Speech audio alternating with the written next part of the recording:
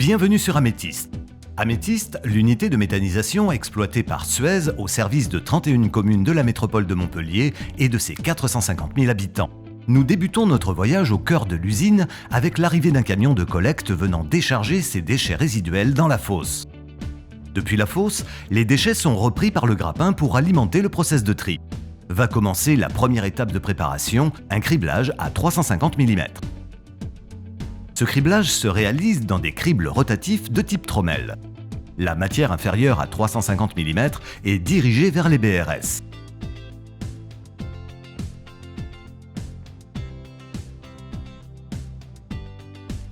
Dans ces tubes, la matière organique se transforme. En présence d'air, en milieu aérobie donc, la matière organique va se précomposter.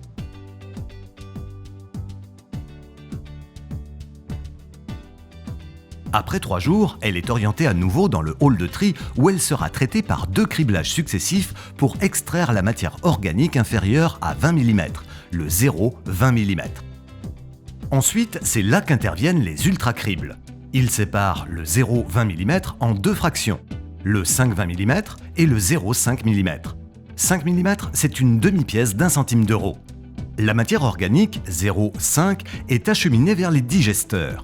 Dans ces enceintes fermées vont se dérouler par voie sèche et en milieu anaérobie les 4 grandes étapes de la méthanisation thermophile. L'hydrolyse, l'acidogénèse,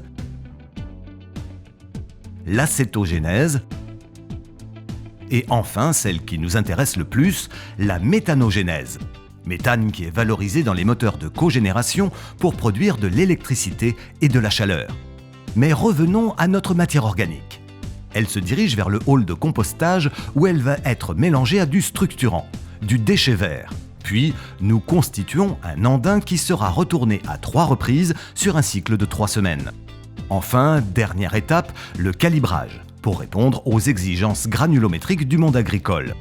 Des analyses sont réalisées tout au long de la production et jusqu'à cette phase finale pour garantir la parfaite conformité du compost à la norme NFU 44051. On effectue des chargements, puis direction les champs. Revenons à nos digesteurs. En plus de préparer la matière pour qu'elle devienne du compost, la flore microbienne produit du biogaz. Avant d'être injecté dans les moteurs de cogénération, le biogaz subit différentes phases de traitement.